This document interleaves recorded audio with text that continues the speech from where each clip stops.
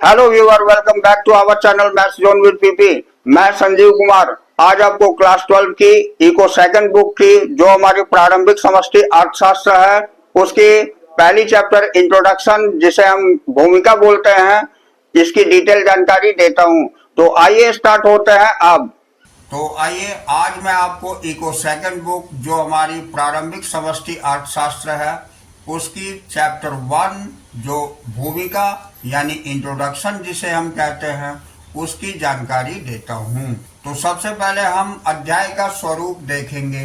तो इसमें पूरी चैप्टर के अंतर्गत कौन कौन से पॉइंट और कौन कौन से टॉपिक पढ़ेंगे इसकी जानकारी लेता हूँ। ये पहला टॉपिक हमारी समष्टि अर्थशास्त्र के विषय में है। इसमें हम पॉइंट्स पढ़ेंगे। शब्द का उद्गम, समष्टि अर्थशास्त्र का उद्गमन यानी विकास और समष्टि अर्थशास्त्र का अर्थ तथा इसके प्रमुख मुद्दे।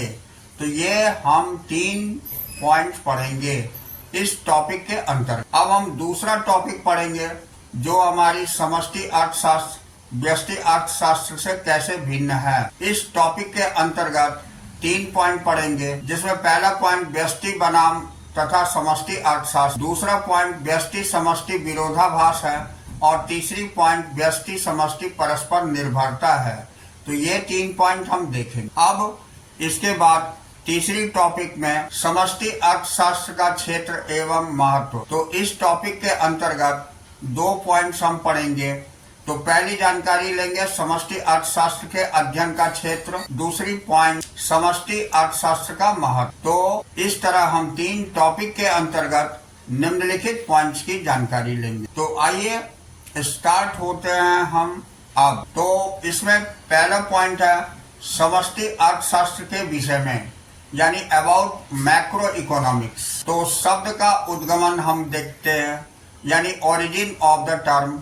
तो अंग्रेजी का भाषा मैक्रो शब्द ग्रीक भाषा के मैक्रोस से लिया गया है। इसका अर्थ है बड़ा यानी लार्ज। तो समष्टि अर्थशास्त्र के संदर्भ में बड़ा का अर्थ है समस्त अर्थव्यवस्था। अब हम नेक्स्ट पॉइंट देखेंगे। तो समष्टि अर्थशास्त्र का उद्गमन यानी विकास यानी इमर्जेंस ऑफ मैक्रो इकोनॉमिक्स। तो इसमें पहली पॉइंट है समष्टि अर्थशास्त्र 1936 में अर्थशास्त्र की एक अलग शाखा के रूप में उभरा जब ब्रिटिश अर्थशास्त्री जॉन मेनार्ड केन्ज ने अपनी प्रसिद्ध पुस्तक the general theory of employment यानी इंस्टेंट एंड मनी प्रकाशित की। अब नेक्स्ट पॉइंट इसी के अंतर्गत इस पुस्तक ने अर्थव्यवस्था में सरकार की भूमिका पर जोर दिया है। जब अर्थव्यवस्था मंदी की स्थिति में होती है, जब अर्थव्यवस्था में मांग की कमी के कारण उत्पादन तथा रोजगार का स्तर कम हो जाता है। अब दूसरी पॉइंट पढ़ेंगे। केन्ज ने लंबे समय से चल रही इस धारणा को खारिज कर दिया कि पूर्ति और मांग की बाजार शक्तियां स्वतः ही बेरोजगारी तथा निम्न उत्पादन स्तर की समस्या का समाधान कर देगी। अब हम इसके अंतर्गत महत्वपूर्ण अवधारणाएं जिसे हम इम्पोर्टेंट कंसेप्ट बोलते हैं तो इसकी जानकारी लेते हैं। इसमें पहला पॉइंट है समष्टि आर्थिक चर जिसे हम मैक्रो इकोनॉमिक वेरिएबल्स बोलते हैं। तो इसमें पहली पॉइंट समष्टि आर्थिक चर वे आर्थिक चर हैं जिनका समस्त अर्थव्यवस्था के स्तर पर अध्ययन किया जाता है। दूसरी पॉइंट ये चर समष्टि अर्थशास्त्र की विषय सामग्री के महत्वपूर्ण भाग हैं। इनमें से कुछ महत्वपूर्ण चर निम्नलिखित हैं। जैसे पहला है अर्थव्यवस्था में रोजगार का स्तर, दूसरा राष्ट्रीय आय है, तीसरा सकल मांग है, चौथा सकल पूर्ति है, पांचवा अर्थव्यवस्था में उपभोग व्यय तथा आठवां अर्थव्यवस्था में निवेश व्यय है। तो इस तरह 8 ये महत्वपूर्ण चर हैं। अब हम नेक्स्ट टॉपिक देखेंगे समष्टि अर्थशास्त्र के क्षेत्र एवं महत्व जिसे scope and significance of macro economics बोलते हैं। तो इसके अंतर्गत पहला पॉइंट समष्टि अर्थशास्त्र के अध्ययन का क्षेत्र यानी एरिया ऑफ स्टडी या स्कोप ऑफ मैक्रो इकोनॉमिक। तो आइए इसकी डिटेल जानकारी लेते हैं। तो समष्टि अर्थशास्त्र के क्षेत्र से अभिप्राय समष्टि अर्थशास्त्र के अध्ययन के क्षेत्र से है। इसमें निम्नलिखित मुख्य मुद्दे शामिल हैं। तो पहली टॉपिक है राष्ट्रीय आय तथा संबंधित समुच्चयों का आकलन यानी estimation of national income and related aggregate. तो समष्टि अर्थशास्त्र राष्ट्रीय आय की अवधारणा से आरंभ होता है। अब इसी के अंतर्गत हम देखेंगे यह राष्ट्रीय आय की परिभाषा एवं आकलन तथा इससे संबंधित समुच्चयों जैसे जीडीपी जिसे हम सकल घरेलू उत्पाद तथा एनडीपी जिसे शुद्ध घरेलू उत्पाद का अध्ययन करते हैं। अब नेक्स्ट पॉइंट है रोजगार का सिद्धांत जिसे हम थ्योरी ऑफ एम्प्लॉयमेंट बोलते हैं। तो समष्टि अर्थशास्त्र अर्थव्यवस्था में रोजगार या बेरोजगारी से संबंधित सिद्धांतों का अध्ययन करता है। अब इसके अंतर्गत इस संदर्भ में केन्ज का रोजगार सिद्धांत उल्लेखनीय है। यह बेरोजगारी के कारणों का वर्णन करता है तथा उसके समाधान के लिए संभव उपायों का सुझाव देता है। दूसरी पॉइंट है मुद्रा का सिद्धांत यानी थ्योरी ऑफ मनी। तो वाणिज्यिक या व्यापारिक बैंकों द्वारा मुद्रा का सृजन या साख का सृजन समष्टि अर्थशास्त्र का एक महत्वपूर्ण घटक है। अब नेक्स्ट पॉइंट इससे संबंधित देश के केंद्रीय बैंक यानी भारत में आरबीआई भारतीय रिजर्व बैंक की भूमिका है जो वह अर्थव्यवस्था में मुद्रा की पूर्ति को नियंत्रित करने में निभाता है। अब हम आगे देखेंगे तो अगला पॉइंट हमारी है सामान्य कीमत स्तर का सिद्धांत जिसे हम theory of general price level बोलते हैं। तो यह अर्थव्यवस्था में सामान्य कीमत स्तर की दिशा को व्यक्त करता है जिसमें अर्थव्यवस्था में मुद्रास्फीति यानी इन्फ्लेशन तथा अपस्फीति यानी डिफ्लेशन की स्थितियां शामिल है। अब अगली पॉइंट सरकारी बजट है जो अर्थव्यवस्था के प्रबंधन में सरकार की भूमिका को दर्शाता है यानी government budget indicating role of the government in managing the economy. यानी समष्टि अर्थशास्त्र अध्ययन करता है कि सरकारी बजट अर्थव्यवस्था में आर्थिक क्रिया के स्तर को कैसे प्रभावित करता है। अब हम नेक्स्ट पॉइंट देखेंगे विनिमय दर तथा भुगतान शेष यानी exchange rate and balance of payment. तो विनिमय दर का निर्धारण और किस प्रकार इसे व्यवस्थित किया जाता है अंतर्राष्ट्रीय मुद्रा बाजार में समष्टि अर्थशास्त्र के क्षेत्र के महत्वपूर्ण तत्व हैं। अब आगे हम देखते हैं तो इसी के अंतर्गत भुगतान शेष विश्व के साथ अंतर्राष्ट्रीय आर्थिक लेन देनों के अध्ययन से संबंधित है। अब संक्षेप में हम देखेंगे अर्थशास्त्र की एक अलग शाखा के रूप में समष्टि अर्थशास्त्र ऐसे मुद्दों पर ध्यान केंद्रित करता है जो वर्णन करते हैं कि पहला कैसे एक अर्थव्यवस्था कार्य करती है तथा इसे कैसे व्यवस्थित या नियंत्रित किया जा सकता है जिससे कि सामाजिक कल्याण अधिकतम हो सके। अब हम इसी के अंतर्गत दूसरा पॉइंट पढ़ेंगे जो समष्टि अर्थशास्त्र का महत्व है जिसे हम सिग्निफिकेंस ऑफ मैक्रो इकोनॉमिक्स बोलते हैं। तो आइए इसकी डिटेल जानकारी प्राप्त करें। तो यहाँ हम देखते हैं निम्नलिखित अवलोकन समष्टि अर्थशास्त्र के महत्व पर प्रकाश डालते हैं। तो पहला पॉइंट है अर्थव्यवस्था का चित्रण यानी डिस्क्रिप्शन ऑफ द इकोनॉमी। तो समष्टि अर्थशास्त्र अर्थव्यवस्था का व्यापक चित्रण प्रदान करता है। इसमें पहली पॉइंट राष्ट्रीय आय का आकलन विभिन्न क्षेत्रों के मध्य अर्थव्यवस्था में आर्थिक क्रिया की प्रकृति तथा स्तर को व्यक्त करता है। दूसरा पॉइंट बेरोजगारी का अध्ययन इस समस्या के आकार तथा इसे कैसे दूर किया जाता के सुझाव को व्यक्त करता है। तीसरी पॉइंट सरकारी बजट व्यक्त करता है कि सरकार द्वारा अर्थव्यवस्था को कैसे नियंत्रित किया जाता है। अब इसी के अंतर्गत नेक्स्ट पॉइंट देखेंगे व्यवसायिक निर्णयों के लिए मार्ग नक्शा यानी road map for business decisions. तो समष्टि अर्थशास्त्र समृद्धि तथा विकास का मार्ग यानी नक्शा रोड मैप प्रदान करता है। अब हम आगे देखते हैं जैसे उदाहरण है हमारे राष्ट्रीय आय में वृद्धि तथा परिणाम स्वरूप उपभोग व्यय में वृद्धि। समय के साथ व्यवसायिक घरानों को अपना निवेश बढ़ाने के लिए मार्गदर्शिका के रूप में कार्य करती है जिससे उत्पादन तथा रोजगार में वृद्धि होती है। दूसरी है नीति निर्माण यानी पॉलिसी फॉर्मुलेशन। तो समष्टि आर्थिक आंकड़े सरकारी नीतियों के निर्माण में सहायता करते हैं।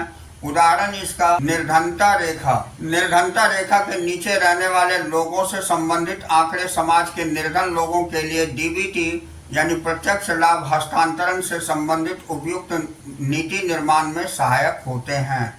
तीसरी पॉइंट है वैश्विक आर्थिक मुद्दे, जिसे हम ग्लोबल इकोनॉमिक इश्यूज बोलते हैं। समष्टि अर्थशास्त्र का अध्ययन वैश्विक आर्थिक मुद्दों को उजागर करता है, जैसे कि अंतर्राष्ट्रीय मुद्रा बाजार में विनिमय दर और विश्व के विभिन्न देशों के मध्य FDI विदेशी प्रत्यक्ष निवेश का प्रवाह। अब नेक्स्ट पॉइंट पर्यावरणीय प्रदूषण तथा सतत धारणीय विकास है, जिसको हम environmental pollution and sustainable development बोलते हैं।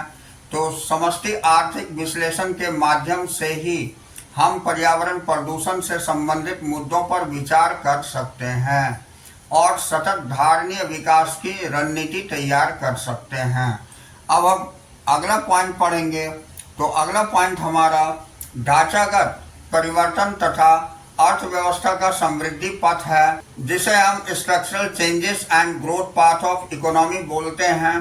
तो समष्टि अर्थशास्त्र का अध्ययन अर्थव्यवस्था में होने वाले ढांचागत परिवर्तनों को समझने में सहायता करता है। जैसे उदाहरण के तौर पर देश में व्यावसायिक ढांचे में परिवर्तन एक महत्वपूर्ण समष्टि अर्थशास्त्र की सूचना है, जो समय के साथ आर्थिक समृद्धि की गति तथा प्रकृति का पता लगाने में सहायता करती है। अब हम संक्षेप में देखेंगे। हम यह कह सकते हैं कि किसी अर्थव्यवस्था के निष्पादन को समझने के साथ साथ उसकी समृद्धि तथा विकास के लिए नीतियों एवं कार्यक्रमों के निर्माण में समष्टि आर्थिक चरों तथा समष्टि आर्थिक मॉडलों की जानकारी अत्यंत आवश्यक है। अब आगे देखेंगे क्या करें और क्या ना करें, यानी डूज एंड डोंट्स।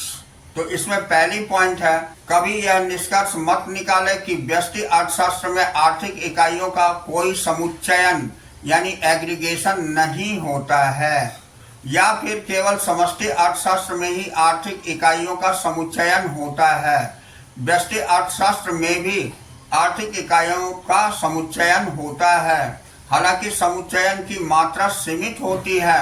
अतः जब हम उद्योग के संतुलन या बाजार संतुलन का अध्ययन करते हैं तो हम फर्मों के समुच्चयन पर ध्यान केंद्रित करते हैं। अब हम दूसरा पॉइंट देखेंगे। तो कभी किसी स्थिति को व्यष्टि एवं समष्टि दोनों स्तरों पर अच्छा या बुरा ना समझे। जो व्यष्टि स्तर पर सही है वह समष्टि स्तर पर सही नहीं भी हो सकता है। इस प्रकार एक व्यक्तिगत उत्पादक के लिए स्वच्छ घरेलू ईंधन के उत्पादन की तुलना में शराब के उत्पादन का अधिक लाभकारी व्यवसाय हो सकता है, परंतु समस्त अर्थव्यवस्था के स्तर पर सरकार अधिक करों द्वारा शराब के उत्पादन को हतोत्साहित एवं आर्थिक सहायता द्वारा स्वच्छ घरेलू ईंधन के उत्पादन को प्रोत्साहित कर सकती है। तो ये हम देखें क्या करें और क्या ना करें। अब हम आगे देखेंगे योग्यता खंड। तो ये हमारी योग्यता खंड है, जिसे हम एबिलिटी जोन बोलते हैं। ये इस चैप्टर की बहुत ही महत्वपूर्ण पॉइंट होती है, तो इसकी हम विशेष ध्यान रखेंगे। तो इसमें पहला पॉइंट है अर्थशास्त्र की एक अलग शाखा के रूप में समष्टि अर्थशास्त्र का उद्गमन, यानी emergence of macro economics as a separate branch of economics. तो इसमें पहली पॉइंट हम देखेंगे 1930 की महामंदी वह ऐतिहासिक घटना थी जिसने समष्टि अर्थशास्त्र को अर्थशास्त्र की एक अलग शाखा के रूप में विकसित किया। इसका अर्थ यह नहीं है कि इस घटना से पहले समष्टि अर्थशास्त्र का अवधारणा अस्तित्व में नहीं थी, परंतु समष्टि अर्थशास्त्र महामंदी से पहले को व्यष्टि अर्थशास्त्र का एक विस्तार यानी एक्सटेंशन माना जाता था। यह अर्थशास्त्र की एक अलग शाखा के रूप में अस्तित्व में नहीं थी। बेशक इसका कारण था जो इस प्रकार है। तो पहली पॉइंट है परंपरावादी अर्थशास्त्रियों केंद्र से पहले के अर्थशास्त्रियों की यह लंबे समय से मान्यता रही है कि संपूर्ण अर्थव्यवस्था के सिद्धांत की व्याख्या करने के लिए व्यष्टि अर्थशास्त्र का सिद्धांत पर्याप्त है। इसके पक्ष में निम्नलिखित तर्क हैं। पहला है व्यष्टि अर्थशास्त्र हमें सिखाता है कि स्वहित की खोज में प्रत्येक व्यक्ति बाजार अर्थव्यवस्था या मुक्त अर्थव्यवस्था में अपनी दी हुई आय से अपनी संतुष्टि को अधिकतम करता है। दूसरी पॉइंट है व्यक्तिगत संतुष्टि या कल्याण के अधिकतम होने का अर्थ है अर्थव्यवस्था में सभी व्यक्तियों के कल्याण का अधिकतम होना। इसका तात्पर्य सामाजिक कल्याण के अधिकतमीकरण से है। तीसरी पॉइंट है यदि सामाजिक कल्याण अधिकतम होता है तो अर्थव्यवस्था के दुर्लभ संसाधनों का इष्टतम यानी ऑप्टिमल प्रयोग होता है। चौथी पॉइंट है व्यष्टि अर्थशास्त्र हमें पुनः सिखाता है कि मुक्त अर्थव्यवस्था में या पूर्ण प्रतियोगिता के अंतर्गत सभी बाजार संतुलन की अवस्था में होते हैं।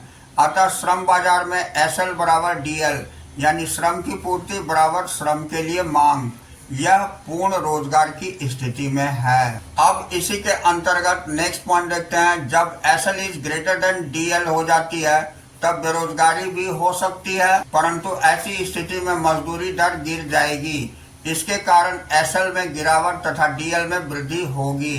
अंततः पूर्ण रोजगार की स्थिति स्वतः ही पुनः प्राप्त हो जाएगी। अतः पूर्ण रोजगार बाजार अर्थव्यवस्था की एक सामान्य विशेषता है, यानी full employment is the normal feature of market economy. अब हम संक्षेप में देखेंगे तो संक्षेप में एक मुक्त अर्थव्यवस्था में व्यष्टि अर्थव्यवस्था के सिद्धांत वर्णन करते हैं कि पहली सामाजिक कल्याण अधिकतम होता है, दूसरी संसाधनों का इष्टतम प्रयोग होता है तथा तीसरी पूर्ण रोजगार एक सामान्य स्थिति है। अब हम नेक्स्ट पॉइंट देखेंगे। तदनुसार परंपरावादी अर्थशास्त्रियों ने यह निष्कर्ष निकाला कि व्यष्टि अर्थशास्त्र के सिद्धांत समष्टि स्तर पर आर्थिक क्रिया के व्यवहार की व्याख्या करने के लिए पर्याप्त है। अब समष्टि अर्थशास्त्र को अर्थशास्त्र की एक अलग शाखा मानने की कोई आवश्यकता नहीं है। अब नेक्स्ट पॉइंट हम देखेंगे 1930 के दशक की महामंदी परंपरावादी विचारधारा का खंडन करती है, यानी great depression of 1930s contradicted and classical thought. तो आइए इसके बारे में डिटेल जानकारी प्राप्त करते हैं। तो इसमें पहला पॉइंट है 1930 के दशक की महामंदी के दौरान आर्थिक घटनाएं इस ढंग से सामने आई कि परंपरावादी विचारधारा का पूर्ण रूप से खंडन हो गया। इस संदर्भ में निम्नलिखित बिंदु विशेष रूप से महत्वपूर्ण है। पहली पॉइंट है 1930 के दशक की महामंदी के कारण विश्व के विकसित देशों यानी उत्तरी अमेरिका तथा यूरोप में भारी बेरोजगारी उत्पन्न हुई। दूसरी पॉइंट है 1929 से 33 की अवधि के बीच यूएसए में बेरोजगारी में 3% से 25% तक की वृद्धि हुई। तीसरी पॉइंट है जीडीपी यानी सकल घरेलू उत्पाद में गिरावट होने के साथ रोजगार में भी गिरावट हुई। 1929 से 33 के अवधि के बीच यूएसए के जीडीपी में लगभग 33% की गिरावट आई। अब हम अगली पॉइंट देखेंगे। जीडीपी में गिरावट होने से एडी यानी समग्र मांग भी कम हो गया। तदनुसार अर्थव्यवस्था में सभी क्षेत्रों के मध्य उत्पादन में भारी कटौती हुई, जैसा कि उत्पादकों ने योजना बनाई हुई थी। अब पांचवा पॉइंट आयोजित उत्पादन में कटौती होने का अर्थ है अर्थव्यवस्था में रोजगार तथा जीडीपी में गिरावट आना। अब नेक्स्ट पॉइंट देखेंगे तो नेक्स्ट पॉइंट हमारी अतः 1930 की मंदी के दौरान पश्चिमी अर्थव्यवस्था निम्न मांग तथा निम्न जीडीपी के दुष्चक्र में चली गई। इस दुष्चक्र ने इस प्रकार का कार्य किया, यानी निम्न एडी से निम्न आयोजित उत्पादन हुई, उससे निम्न रोजगार का स्तर हुआ, उससे निम्न जीडीपी हुई और उससे निम्न एडी हुई। अब नेक्स्ट पॉइंट इसे निम्न स्तरीय संतुलन जाल यानी लो लेवल इक्विलिब्रियम ट्रैप कहा जाता है। नेक्स्ट पॉइंट परंपरावादी अर्थशास्त्री इस निम्न स्तरीय संतुलन जाल का समाधान ढूंढने में विफल रहे। पूर्ति तथा मांग की बाजार शक्तियां इसे तोड़ने में विफल रही। ऐसी अवस्था में समष्टि अर्थशास्त्र की एक अलग शाखा के रूप में उभर कर आया। प्रोफेसर केन आधुनिक समष्टि अर्थशास्त्र सबसे पहले अन्वेषण यानी पायोनियर थे।